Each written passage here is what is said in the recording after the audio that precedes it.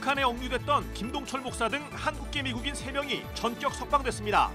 사실상 선교사로 활동해온 이들 3명의 석방이 북미 정상회담에 긍정적 영향을 줄 것이란 전망입니다. 세계개혁교회 커뮤니언 WCRC는 최근 북한을 방문하고 돌아와 한반도 평화기도회를 여는 등 남북 평화정착 문제에 큰 관심을 기울이고 있습니다. 오는 16일까지 우리나라에서 열리는 실행위원회에서 어떤 내용이 다뤄질지 살펴봤습니다. 입양의 날을 맞아 자녀를 얻는 또 하나의 방법이 입양이라고 말하는 그리스도인 입양 가정을 만나봅니다.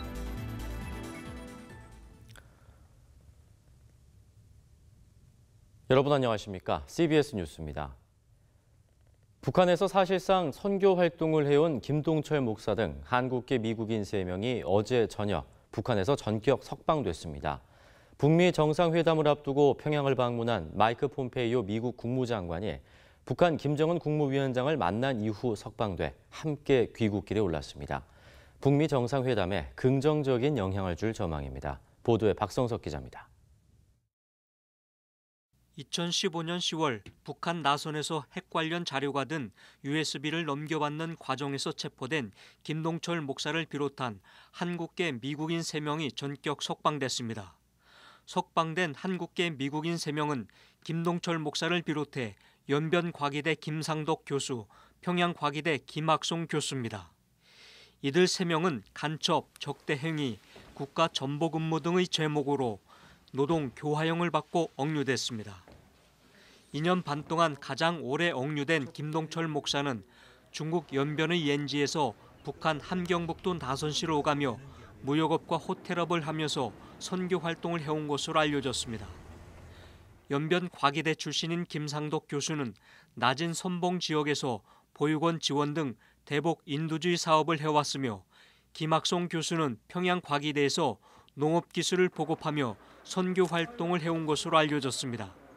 사실상 선교사로 활동해온 이들 3명의 석방 소식에 가족들과 기독교계에선 크게 환영하고 반겼습니다. 한 가족은 성명을 발표해 가족 모두 주님에게 감사하고 있으며 기도와 지지를 아끼지 않은 모든 이들에게 감사하다면서 아직도 억류돼 있는 모든 이들의 석방을 위해 그리고 북한 국민을 위해 계속 기도해달라고 덧붙였습니다. 그동안 석방 촉구 기도회를 계속해온 보수 기독교 단체들도 크게 환영했습니다.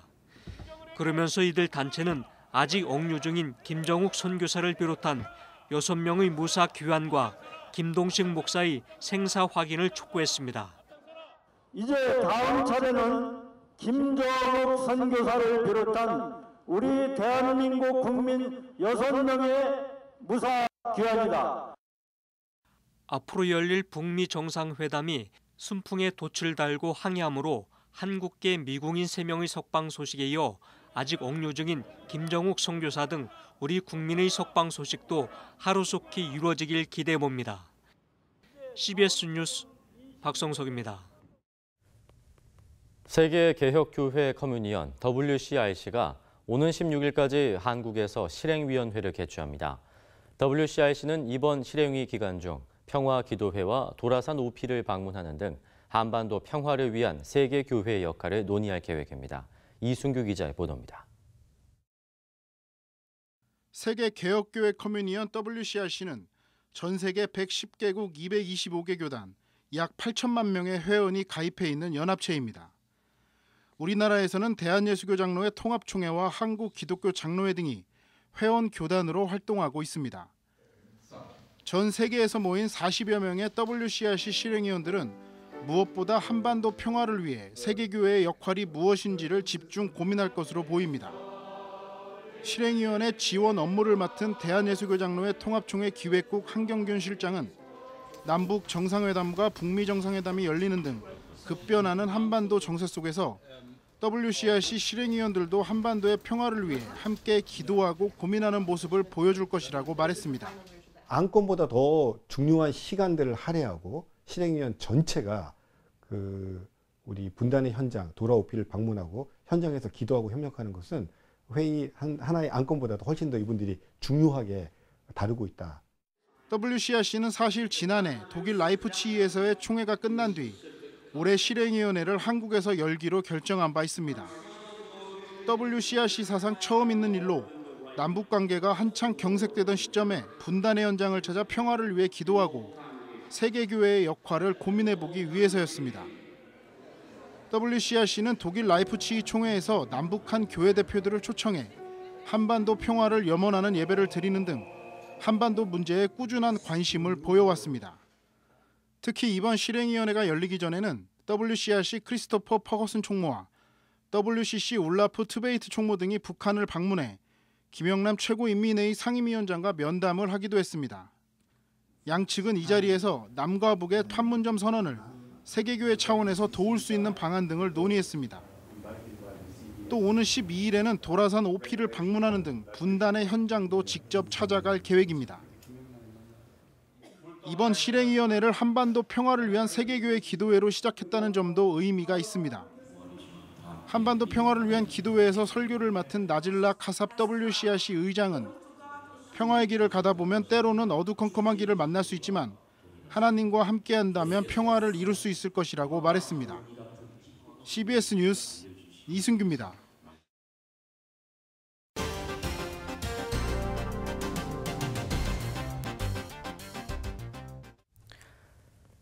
가수 겸 기획사 대표인 박진영 씨가 구원파 전도를 했다고 한 언론이 보도하자 박 씨와 구원파 측은 구원파가 아니라고 해명했습니다. 이단 전문가들은 박진영 씨의 강의 내용이 구원파와 비슷하다고 진단했습니다. 유영혁 기자가 취재했습니다. 인터넷 언론 디스패치는 최근 박진영 씨가 서울 역삼동의 한 장소에서 7일 동안 기독교 복음 침례회 구원파 집회를 이끌었다고 보도했습니다. 박진영 씨는 이에 대해 자신이 구원파가 아니라고 해명했고 구원파 측도 박 씨가 구원파 신도가 아니라고 반박했습니다. 박진영 씨의 강연 내용을 접한 이단 전문가들은 구원파의 특징이 곳곳에 드러난다고 말했습니다. 제가 새 사람이 된 건 2012년 10월이고 제가 거듭난 건 작년 4월 27일. 거듭나는 건 눈물 나는 경험도 아니고 몸이 부르르 떤다거나 막 이런 게 아니라요. 성경책을 이렇게 쭉 읽다가 사실이네. 박진영 씨는 거듭난 날, 즉 자신이 구원받았다는 날을 특정하고 성경을 읽다가 깨달음으로 거듭난 것임을 강조합니다. 이단 전문가들은 구원받은 날을 특정해서 강조하고 믿음으로서가 아닌 깨달음으로 거듭났다고 말한 것은 구원파의 특징이라고 얘기합니다. 전 구원파 교주 유병헌의 측근으로 8년 동안 구원파에 몸담았던 정동섭 교수는 CBS와의 인터뷰에서 박진영 씨의 강의 내용이 구원파와 비슷하다고 조목조목 지적했습니다. 이 정통교회하고 이렇게 갈라지는 그 출발점이 뭐냐면은 이제 회개하고 믿음으로 구원을 받는 게 아니고 예수님이 우리 죄를 다 사하셨다는 것을 깨닫는 순간에 구원을 받는다. 그러니까 의지적인 노력도 필요 없고 한국말로는 단번에 지식이라고 읽고요. 택배처럼 믿음이 띵동하고 와가지고 배달이 되면 있다가 이게 우리 믿음이잖아요. 단번에 그 믿음이다 그렇게 얘기를 했어요. 그런데 그 단번에라는 말은 예수님께서 단번에 십자가를 지시고 구속을 하셨다는 주님의 구속 행위가 단번에라는 말이고 믿음이라는 말은 단번에라는 말이 없습니다. 신학자들은 단번에 구원을 받고 그 이후에는 어떤 행위를 해도 괜찮다는 논리는 구원파의 전형적인 특징이며 정통 기독교는 믿음으로 구원받은 이후에도 죄를 지을 때마다 회개하면서 성화의 과정을 거치는 것이 기독교인이라고 가르친다고 지적했습니다. 이단 전문가들은 길 가다 우연히 만난 사람이 언제 구원받았습니까? 라고 물으면 그 사람을 구원파로 생각해도 되며 그 사람과 대화를 하지 말 것을 당부했습니다. CBS 뉴스 유영혁입니다. 내일은 입양의 날입니다. 입양을 자녀를 얻는 또 하나의 방법이라고 말을 하죠. 소소한 삶을 즐기는 한 그리스도인 입양 가정을 찾아가 이들의 이야기를 들어봤습니다. 송조혜 기자입니다. 온 가족이 둘러앉아 막내딸의 앨범을 봅니다. 오랜만에 보는 어릴 적 귀여운 모습에 가족들의 입가엔 미소가 피어납니다. 우유 수염 쿠키 다 탔어. 이때 진짜 귀여웠다. 김종원 목사와 김경화 사모는 14년 전 막내딸인 희은 씨를 가슴으로 낳았습니다. 이들 부부에겐 이미 2명의 딸이 있었지만 부모 없이 자라야 할 아이를 그냥 지나칠 수 없어 가족이 되기로 결심했습니다. 아이들에게 가장 필요한 게 가정이라는 생각이 있었고요. 그래서 입양은 저희들에게는 한 아이가 오는 거고 또 아이에게는 가정이 생기는 거라는 그런 생각 때문에 입양을 결심할 수 있었던 것 같습니다. 부모는 입양 사실을 숨기지 않았습니다. 어릴 적부터 동화책 등을 통해 딸들에게 입양의 의미를 가르쳤습니다. 하지만 우리 사회에 여전히 남아있는 입양에 대한 편견은 이들 가족을 힘들게 만들기도 했습니다. 우리 동생이 입양됐다라고 이야기를 하니까 어떤 친구가 아직도 기억나요. 그 친구가 동생 쓰레기통에서 주워왔냐고 이야기를 하더라고요. 그래서 제가 되게 적잖이 놀랐죠. 어떻게 그렇게 생각할 수 있지? 그리고 아니 그런 거 아니라고 그렇게 얘기를 하고 집에 와서 일기에 썼어요. 입양에 대한 편견을 바로잡기 위해 김경화 사모는 한국입양홍보회 반편견 입양교육 강사로 활동하고 있습니다. 얼마 전에는 희은이의 입양과 성장 이야기를 솔직하게 담은 책 너라는 우주를 만나를 출판하기도 했습니다. 한국 사람들이 하여튼 입양에 대해서 잘 모르는구나. 저는 이제 나쁜 의도가 있어서라기보다는 잘 모르는구나. 그러면 잘 가르쳐야 되겠다 이런 생각을 하게 됐었고요. 자식을 얻는 방법엔 2가지가 있거든요. 출산과 입양. 저는 그것이 그냥 우리 문화에 정착이 되어야 된다고 생각이 들어요. 새 가족을 만난 희은이는 가족들과 일상을 나누며 추억을 함께 쌓아가는 중입니다. 언니들은 이제 제 관심사에 대해서 화장이나 뭐 그런 거 되게 알려주는 편이고 그리고 아빠는 그냥 심심할 때 같이 자전거 같이 타러 나갈 수 있는 사람 그리고 엄마는 그냥 제 얘기 들어주는 사람. 입양 가정들은 자녀를 얻는 방법 중 하나가 입양이라며 편견에서 벗어나기 위한 우리 사회의 관심과 노력을 당부했습니다. CBS 뉴스 송절입니다. 한국 구세군이 노숙인의 자활과 주거 안정을 돕기 위한 카페와 공동 작업장을 마련했습니다. 노숙인에게 식사를 제공하던 사역을 확대해 예배와 삶의 회복을 위해 힘쓴다는 계획입니다. 최경배 기자가 전합니다. 한국 구세군이 서울 서대문구 충정로역 인근에 방주라는 뜻을 지닌 커피 매장 태바를 오픈하고 동시에 노숙인과 함께 예배하는 교회 브릿지 영문을 설립했습니다. 여느 카페와 비슷해 보이는 이곳은 노숙인들에게 일자리를 제공하고 주일에는 노숙인과 함께 예배하는 공간입니다. 카페 태바 인근에서 오랫동안 노숙인 지원 활동을 펼쳐온 구세군은 브릿지 영문을 통해 노숙인 자활과 주거 안정은 물론 신앙을 통한 삶의 회복을 위해 힘쓸 예정입니다. 하나님을 만나고 그 하나님으로 인하여서 이분들의 생각이 바뀌고 습관이 바뀌고 인격이 바뀌고 삶이 바꿔지는 놀라운 변화의 장소가 바로 이 장소가 되기를 축복합니다. 카페 태바에는 바리스타 교육을 이수하고 자격증을 취득한 직원 6명이 일하고 있습니다. 바리스타 직원들은 모두 여성으로 가정폭력과 이혼, 가정해체 등으로 인해 여성보호시설에서 생활하던 이들입니다. 자활 의지를 지닌 여성들이 교육을 통해 자립할 수 있도록 지원한 것입니다.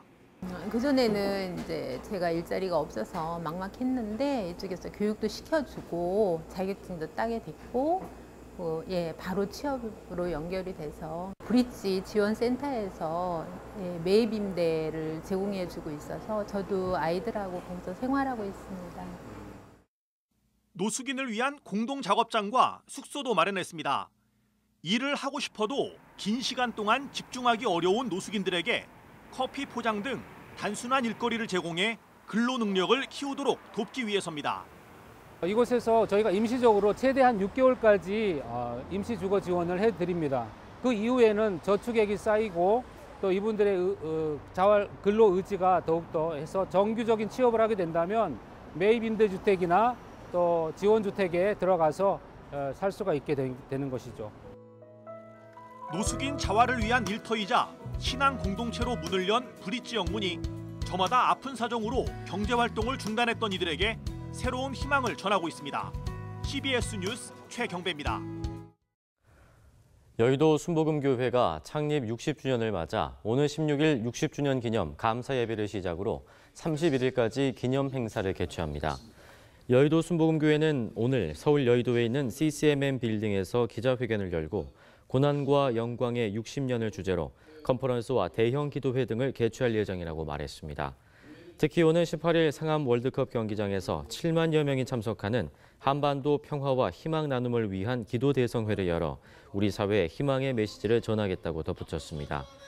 여의도 순복음교회는 또 지난 60년간 활동을 돌아보고 다음 세대를 위한 비전도 선포할 계획이라며 한반도의 평화 통일은 물론 소외된 이웃을 향한 나눔과 섬김도 꾸준히 실천하겠다고 강조했습니다.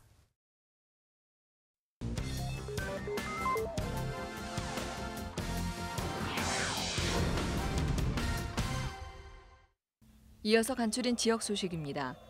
다음 달 열릴 엑스플로 2018 제주 선교대회의 성공적 개최를 위해 제주도 내 100명의 목회자와 성도들이 모여 뜨거운 기도를 모았습니다.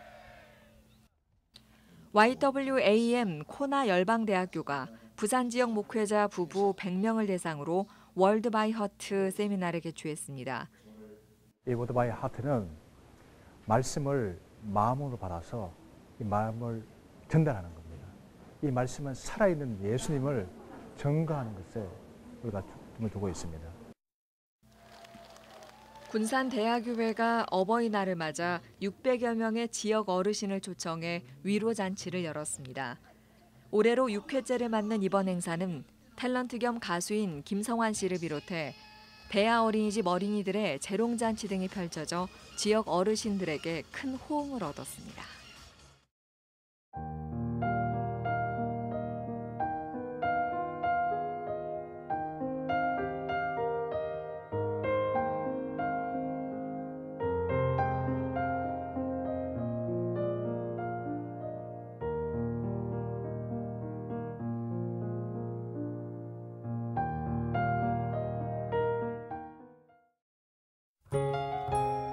날씨입니다. 내일은 전국이 대체로 맑다가 오후부터 차차 흐려지겠습니다.